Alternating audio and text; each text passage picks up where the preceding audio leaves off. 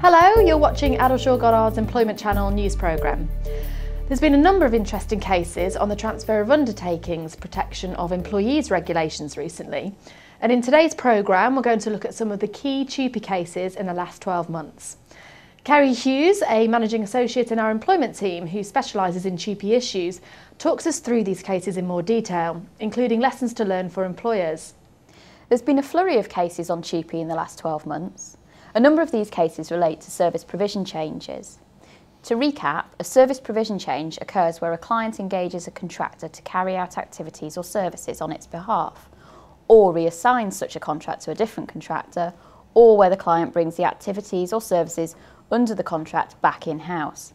In the recent case of Hunter and McCarrick, the Employment Appeal Tribunal confirmed that for there to be a service provision change, the activities carried out by different contractors before and after the transfer must be carried out on behalf of the same client.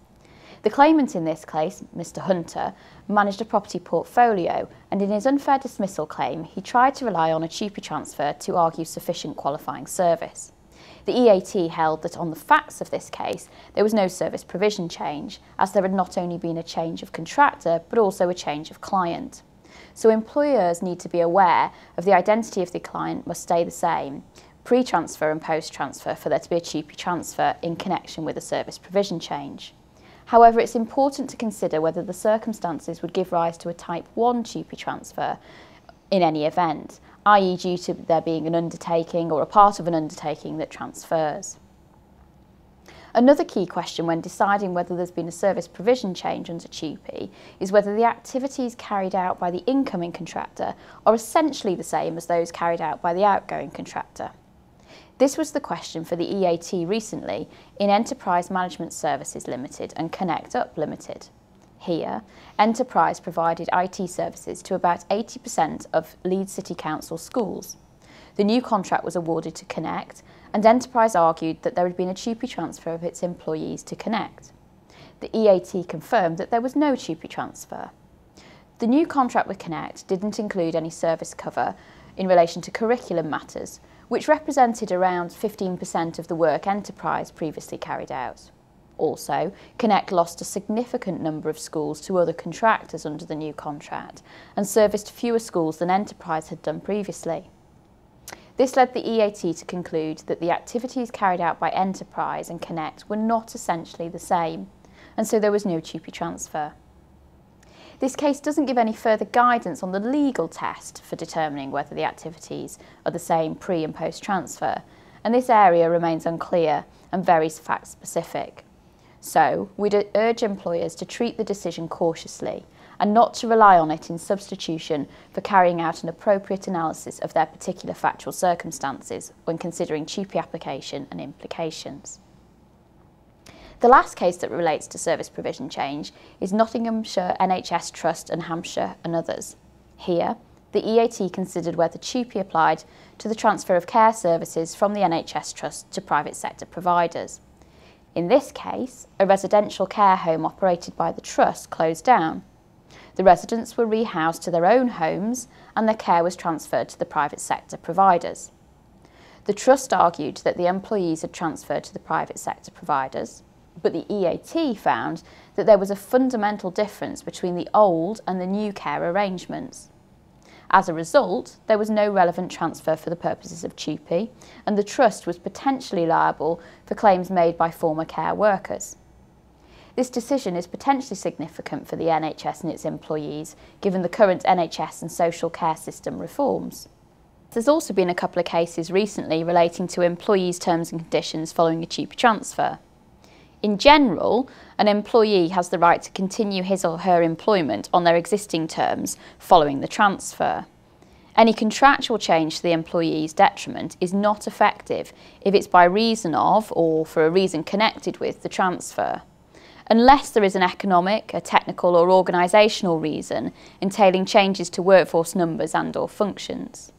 In Skills Development Scotland Co Limited and Buchanan, the EAT considered whether a TUPE transfer could be a defence to an equal pay claim. Different employees had transferred to skills development under TUPE from different employers. One of the male employees had a guaranteed pay increase provision in his pre-transfer contract, which post-transfer meant that he was paid more than some of his female colleagues performing similar work. The female claimants, as a result, brought an equal pay claim. Helpfully for employers, the EAT held that the cheapie transfer amounted to a genuine defence to the claim. The cheapie transfer was and remained the root of the pay disparity, and it had nothing to do with sex. Although the employer could have done more to reduce the disparity, the Equal Pay Act didn't oblige the employer to equalise employees' pay following a cheapie transfer. In Smith and Trustees of Brooklands College, the EAT considered whether a consensual change in employees' terms had been for a reason related to the cheapie transfer and was therefore invalid. The claimants were teaching assistants and transferred to Brooklands College under cheapie. On reviewing their contract, Brooklands discovered that the claimants were overpaid in error, at rates that didn't reflect the standard practice or trade union guidance. The claimants reluctantly agreed to a reduction, but then subsequently brought unlawful deduction from wages claims. The claimants argued that the variation of contract following the transfer was void and relied on the but-for test, i.e., but for the cheapie transfer, their rates would not have been changed. The EAT held that the variation was not for a reason related to the transfer. The rates had been changed because the existing rates were a mistake. This case is a reminder that the simple but-for test isn't always appropriate. In relation to transfer-related dismissals, to recap, if the sole or principal reason for the dismissal is the cheapie transfer itself, the dismissal will be automatically unfair. But the employer may avoid liability for unfair dismissal if it can show both that the reason for dismissal was an economic, technical or organisational reason, and that it was procedurally fair. Where no ETO reason can be established, the dismissal will be automatically unfair. A tribunal decision in January 2011 confirmed that there was no economic, technical or organisational reasons entailing changes in the workforce where the cheapie transfer entailed a change in location but no change in the number of employees employed after the transfer or their job functions. And then in December, the Court of Appeal in the Space Rights Europe case confirmed that dismissal can be connected with a transfer for the purposes of cheapie, whether or not the transferee has been identified when the dismissal is carried out. And finally, also worth a mention, is a recent decision from the Court of Appeal, which provides clarity as to the application of the cheapie exemption set out in Regulation 8.7. This provision disapplies certain cheapie protections for certain kinds of insolvency proceedings, which have been instigated with a view to liquidating the assets of the transferor. Earlier decisions have held that the question of whether Regulation 8.7 applies to administration scenarios depends on the intention of the administrator. This led to uncertainty, which was recognised by the Court of Appeal in this case. The Court of Appeal held that an absolute approach was better than a fact-based approach in each individual case, and clarified that all administrations should fall outside of Regulation 8.7. As a result, employers should note that cheapie applies to all companies in administration. Thanks, Kerry, for that helpful summary of key cheapie developments in the last 12 months. You may be aware that the government has recently sought evidence on the effectiveness of the cheapie regulations as part of its general review of employment law. The aim of the call for evidence, which ended on the 31st of January, was to obtain views on the impact for businesses of the inclusion of service provision changes within the scope of cheapie, whether the insolvency provisions should be amended to specify which insolvency proceedings they apply to, and also how the interaction of cheapie and collective redundancy consultation could be improved. If the balance of evidence calls for possible changes to the current legislation, formal consultation will follow. So we'll be sure to keep you updated on this as and when the outcome of the call for evidence is available. If you have any cheapie related queries, please do not hesitate to contact us, either through your usual Addleshaw Goddard contact, by contacting Kerry directly, or by clicking on the Contact Us box to the right of the screen.